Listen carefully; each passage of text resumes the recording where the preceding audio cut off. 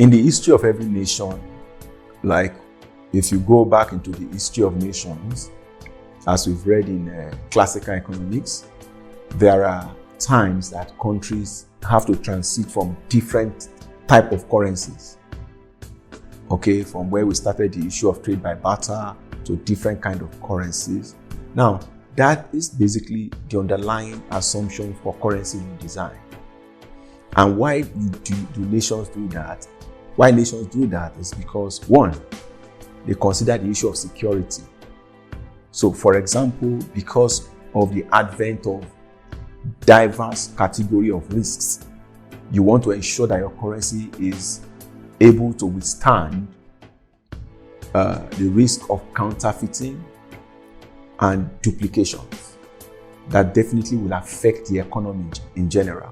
So you want to be able to deal with that. So to be able to keep counterfeits out of the circulation, countries will do that. For example, if you take the UK recently, they have a tradition of imperial, or what you would call royal rule, and because the Queen of England passed on, God bless her soul, the king now is here, so they need to have a retweaking of currency to reflect current situation. So that also can be one of the reasons why nations would have currency redesign or some form of change. But in a general context, what you would have is to also be able to control the money supply in the economy, how much you have in circulation. Because the more money you have in circulation, the less you may likely have to use for development and business growth, economic growth, to boost economic growth and all of that. Why? Because the more money in the banking sector, for example, the likelihood of more credit that can be advanced for business development, for corporations to grow their business, for small scale businesses to grow their business, and all of that. So there is a bit of economic growth at the base of currency redesign, as well as ensuring general sustainability of the economy. So those are some of the assumptions that we can take for why countries would typically redesign their currency.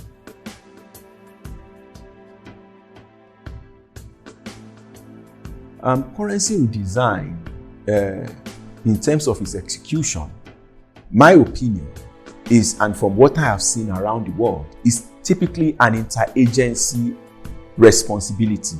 So you will find different agencies of government participating in ensuring that they have a very successful currency redesign.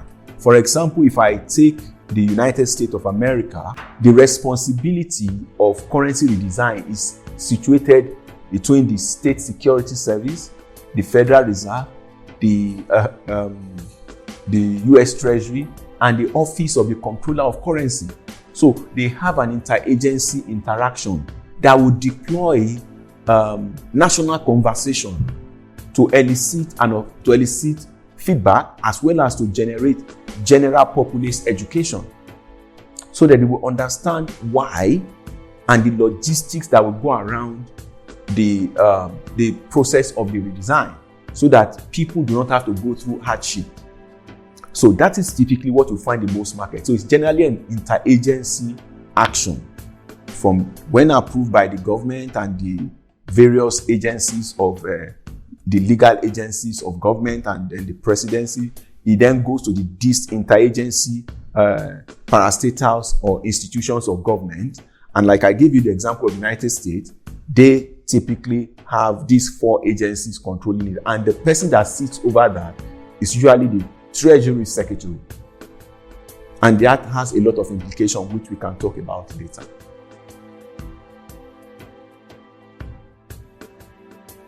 I think that basically can be drawn from what I said earlier. In most countries of the world where things are done in more organized way, it is, like I said, an interagency action. you will not find one institution of government responsible for currency redesign or change. It will be different regulatory strata of actions, and they collaborate to ensure that this happens in a way that is holistic, flawless, and properly managed, whether for the latent benefit or manifest benefit of the government on one side and that of the people on the other. And that must be aligned. And so, for example, I'll give you, again, if you were talking about the United States, like I said, you have the Federal Reserve, you have the US Treasury, you have the Office of the Comptroller of Currency, and a few other governments. In fact, the State Security Service, they also sit on that panel to ensure that this is done properly. So, and if you go down to United Kingdom, you go to India, you go to Mauritius, you go to South Africa, and other countries like that, they follow this interagency system. Even in Singapore, where you have a more unified system, they still have to set up an interagency system. Even in China, that would have a replica of what I've described in the United States. You will not have a single agency of government like we have it in Nigeria as the central bank, overclouding this action and doing it as a primary responsibility of theirs alone. I think that's one of the problems we face here.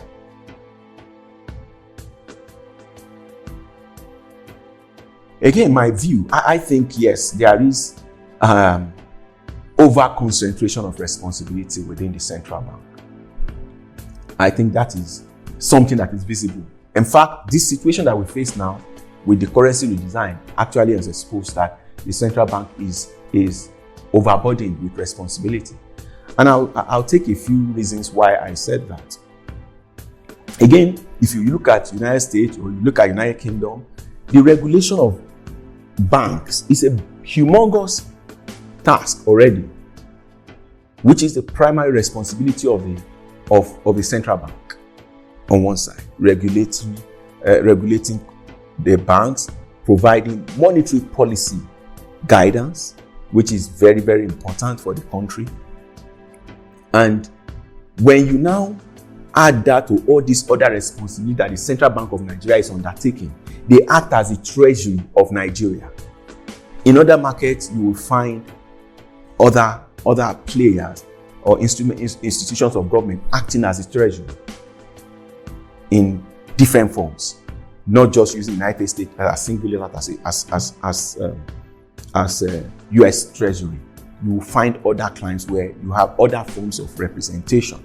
In fact, in other markets, you will also find substratas of governance regulating banks apart from the central bank. And then they integrate with the central bank so that to lessen the burden of that regulatory actions that they carry out or responsibility. So you take, for example, United Kingdom, so you have the Financial Conduct Authority, you have the Financial Services Authority as well. So you have different, and then of course you have the Bank of England as well, also participating in that process of the work that we have situated and wrapped up in the central bank. In some climes, there are 3-4 agencies doing what the central bank is doing in Nigeria. Some 4, some 5.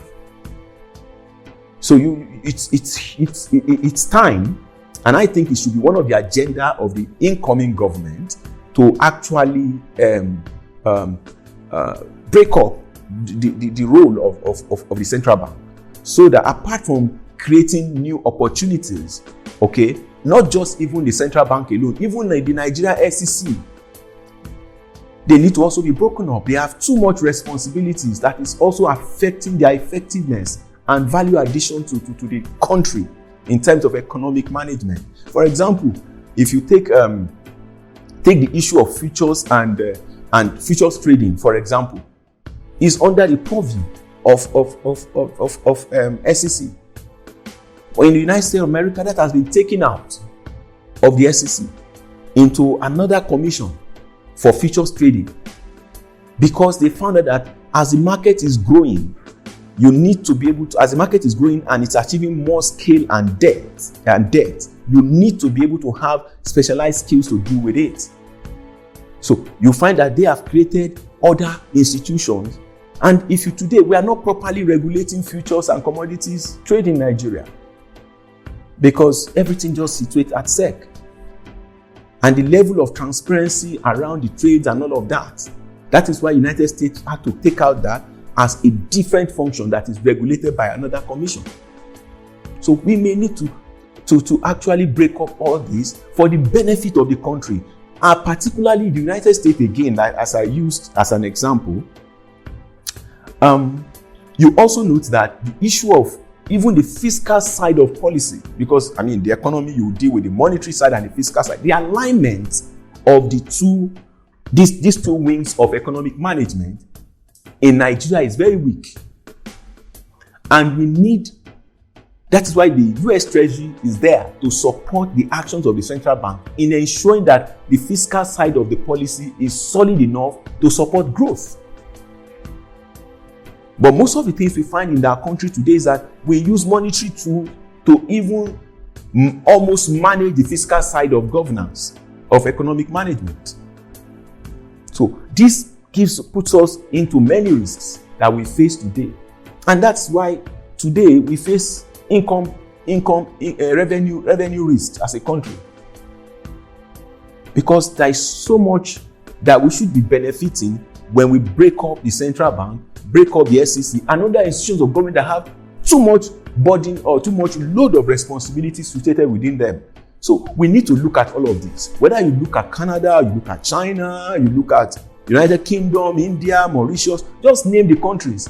They've broken up these various institutions because they want to be able to extract deeper values for the benefit of their economy. And all of these economies I've mentioned, they are much more progressive for it. That, in my view, I think is something that should form one of the agenda of the incoming administration, looking at the financial service space, so that we can properly regulate and situate how we should benefit from this architecture that we currently have.